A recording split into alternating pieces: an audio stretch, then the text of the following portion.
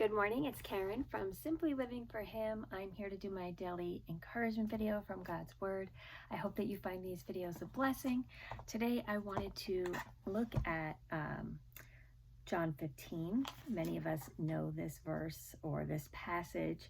In fact, we were memorizing it in our Simply Living for Him online women's community last month. I will fully admit I did not memorize it. I didn't even attempt to, but I'm hoping that I can dig into this passage a little bit more, because as I'm reading it this morning, I'm just like, this is so good. Like, there's so many things I want to look at and look up. I love to look up words in a concordance or a Bible dictionary.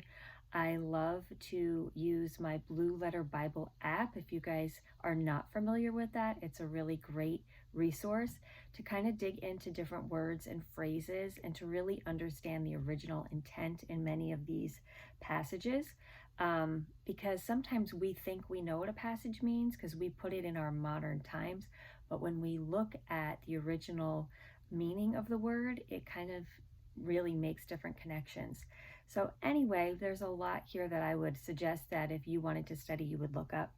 But John 15 talks about Jesus as the true vine. And it says here, I am the true grapevine, and my Father is the gardener. He cuts off every branch of mine that doesn't produce fruit, and he prunes the branches that do bear fruit, so they will produce even more. So that was interesting to me, because it says here, he prunes the branches that do bear fruit.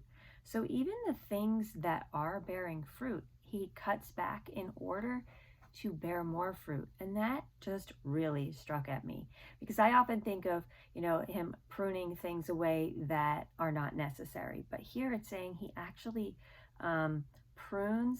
he cuts off the branches that don't produce fruit, but then he prunes the ones that do, so they will produce more.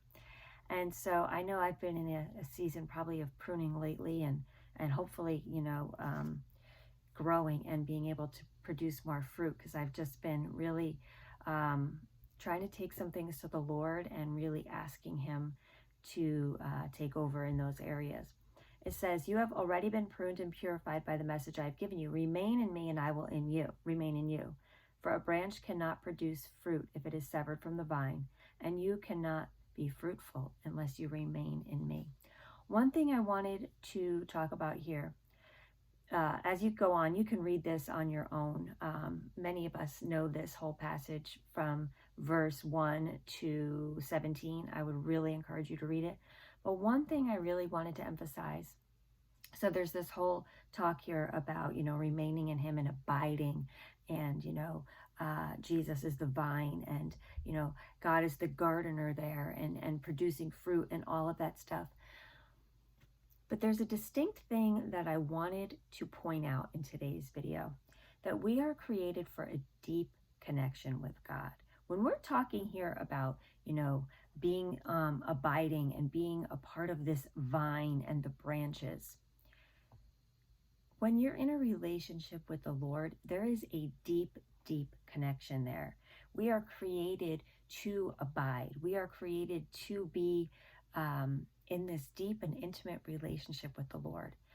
And so often in our times, we have such a superficial relationship with the Lord. And I know that sounds a little bit harsh. And I'm speaking to myself. There's been times in the past, there's been times where this still creeps in, where all of a sudden you get so caught up in your daily life, you get so caught up in the circumstances and the things that are going on around you, that you say your quick prayer in the morning, or you do the things you're supposed to do. You go to church because you're supposed to, and you do the things you're supposed to.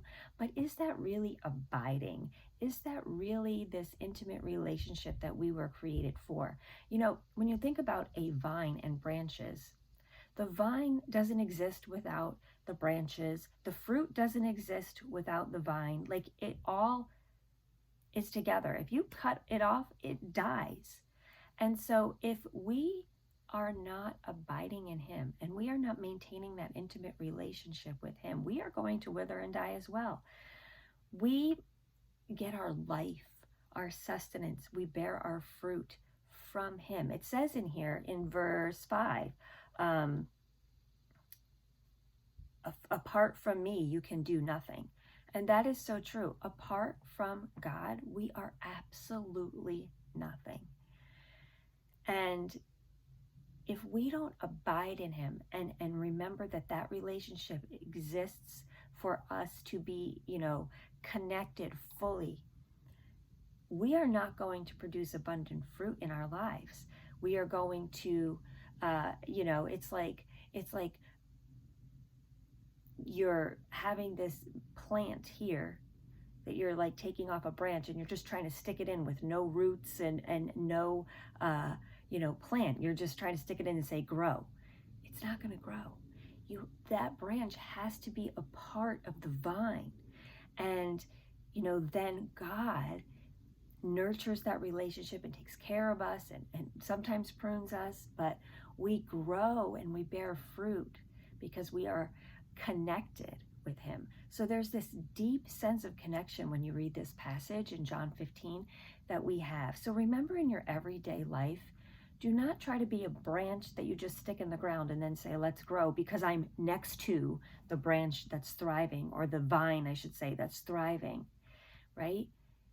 The vine that's thriving, those branches are not going, they're connected. They're not apart. And so it's not enough for us to just say, I'm going to go to church, I'll read my Bible sometimes, I'll pray, I'll serve, I'll do things. There has to be an intimate relationship with the Lord. There has to be a recognizing that apart from him, you do no good thing. You only do good things because he causes you to do them.